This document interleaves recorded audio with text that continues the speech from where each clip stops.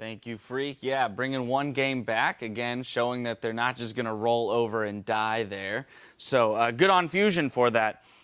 But as they said, Dignitas was in control of that game. Gamsu was insanely fed on Hecarim, hit that 6-item threshold so early, but they did not capitalize on the fact that he hit that 6 items so quickly, and everyone started to catch up. Yeah, there was a lot of things about this game that stuck out to me. The fact that Chunky Fresh is like 3 items, 40 minutes in the game, still doing a ton of damage on that Rumble, even though they had banned the Rumble previously. So just get him on that champion, he's still relevant. And the thing that really stuck out to me was the team fights from Fusion, because they actually could have won a lot of earlier team fights if Nintendo had landed his ultimate on multiple people. He kind of whiffed a whole bunch. There's one in the Baron pit, one in the mid lane, and one around those fights in the mid lane again. So the fact that they take the fights where he does actually land an ultimate on multiple people, that's the turning point there. So the fact that Dignitas got that huge lead was off of a lot of Fusion misplays, in my opinion. That's actually a very good point. Fusion was in the lead in the early stages of the game. Through the mid game, they had some misplays and fights, a fair number of missed Sejuani ults. I feel like those Sejuani ults were too targeted, one individual. Right? Yeah. It was an attempt to snipe one person as opposed to taking, the approach of like, let me throw it out, get that slow on multiple people. It's at least more effective. I think that's what he ended up doing in the end. He's like, okay, I just need to peel for Nien, and then we'll win the team fight off of that. So using it more for a peeling tool on the tank wall instead of the back line is the easier way to execute things, and it does pay off in this team. Now, Jap mentioned picks and bans a little bit, saying, pointing out the Alistair in that first rotation for Dignitas. I do agree, it seems a little odd to me. However, with those targeted bans at Kiwi Kid, Annie, and Kennen, it kind of points to, is his champion pool deep enough? Why is there such a high priority on Alistair here in this game? I think, go ahead. I'm unsure about that too. I mean, maybe he only plays 3 champions, but my guess is that Alistar is a good pick. Even though it's not too good into Janet, but you do have some kill pressure. And the biggest thing this game for their bot lane was that they actually were losing 2v2. Dignitas was behind early on. They had the choice of AD, but they picked one that wasn't the greatest into the Sivir. And we saw this game compared to the 2 previous games where CoreJJ didn't have much pressure. He wasn't winning the lane, which he was winning on Kalista, he was winning on the Sivir matchup, and this time he's losing. So that's something that Dignitas needs to keep in mind, because if CoreJJ and Kiwi Kid are winning the bot lane, the game is a lot easier for them. Yeah, it's a weird pivot that I'm not 100% sure about, but Fusion taking the Sejuani first, I think was the right move, because they took Sivir first, which allows Kalista counterpick. If you take Sejuani first, if they take Sivir in response, you take Kalista. So then you have a good lane matchup, and then you have Sejuani on your team as well.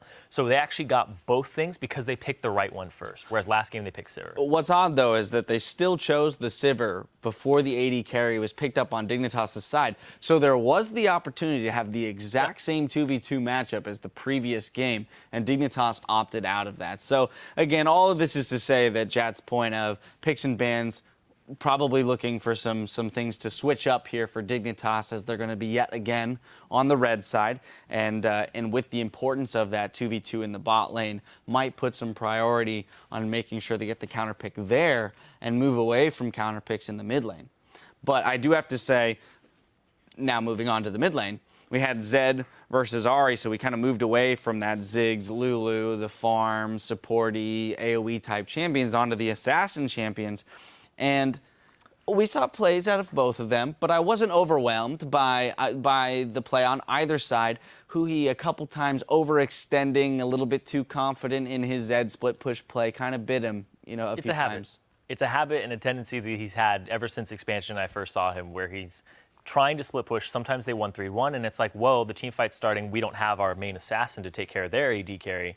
So I think it's a big problem, and he doesn't like to group up for the team fights near the mid game. And when he's playing LeBlanc and Ahri, he can kind of get away with it because he has so many escapes. On Zed, he doesn't have as much of a luxury to do that, so that's the more punishable champion for him. But his LeBlanc keeps getting banned for this reason. All right, the next thing I want to talk about is Dignitas and the Baron here, right? Because Dignitas has a long history with the Baron, but this game Xpecial, it did not go well at all. And I feel like this, the way it played out was perfectly avoidable, rather. they were playing the Baron as if they had Kalista. They were thinking, okay, let's start the Baron. We can do it. I mean, but the bigger thing I would say is that they aren't even clearing the wards on the Baron. That's such a big deal. They had one pink ward on a team of 5 people. Come on, like, you can each get a pink ward. That's 5 pink wards, guys. So if you guys each have a pink ward, you can pink ward everything, and you can't just walk in the Baron for free.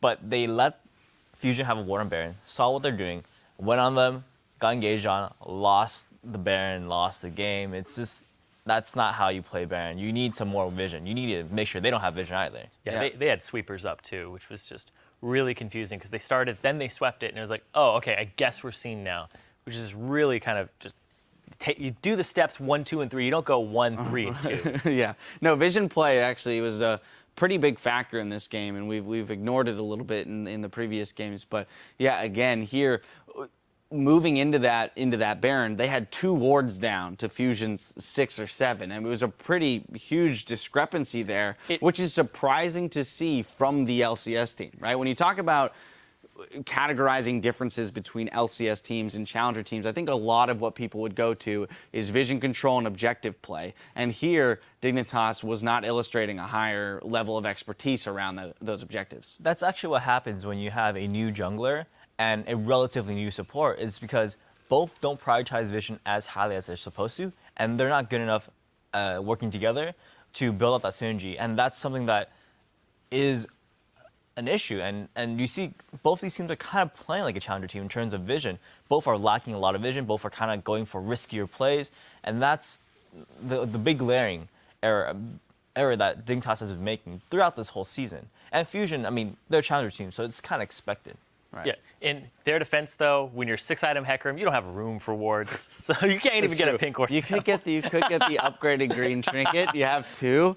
I do want to jump into our replay. We're going to go to that final Baron fight there that sealed the deal and got Fusion back into the game and ultimately the win. So we're going to pull that up on your screens right now. Zareen, I'm going to let you take this one. So this is actually the very confusing fight for me because they have the Hecarim in the base, and he starts his TP to home guard immediately in, and his target actually gets out of the pit before he's able to nail him down, and Nintendo holds his Sejuani ultimate until the backline and frontline are kind of merged together. So as we roll this clip out, you're going to see how it gets executed. There's about 4,000 HP on it before Zingy jumps in, so it's out of kill range, and they immediately peel off, and they form the line.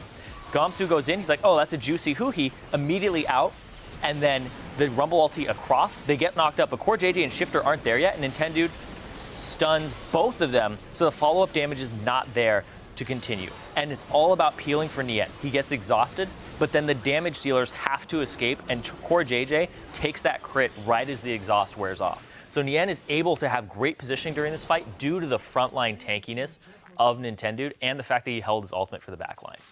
Yeah, I mean, it was a pretty, that shows this how a Sejuani ult can turn a fight, and if that had happened earlier in the game, perhaps Fusion would have kind of rolled through that game a lot quicker. And it's funny too because he was using it as a counter-engage tool, which you should use against this type of team because they're going to come into you with the Hecarim, right? He's going to run into your face. The R is going to try to run into you. He was overextending for too early in the game. Yeah, even Lucian too wants to kind of get in for those double taps and some burst damage. Well, Team Fusion have kept the series alive with that win and will try to keep the momentum on their side in Game 4 versus Team Dignitas. Stay with us.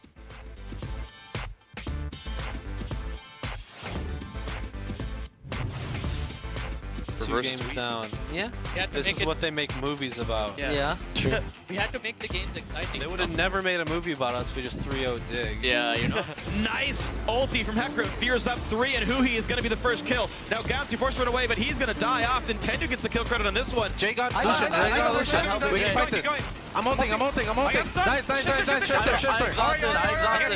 I'm on Alistair. Nice. Shifter. Zach and Alistar. I got Zach. Nice. Nice. Wait, you flash probably. Guys. Okay. Rumble. Oh my god, Holy Gamsu. shit. Wow. Oh my God. Nice. These guys are trading kills back and forth. The crit! Nien with a double kill. And a chase down. Kiwi Kid gonna be his 3rd. Picks it up. Fusion actually pulls the comeback. We're going to Game 4.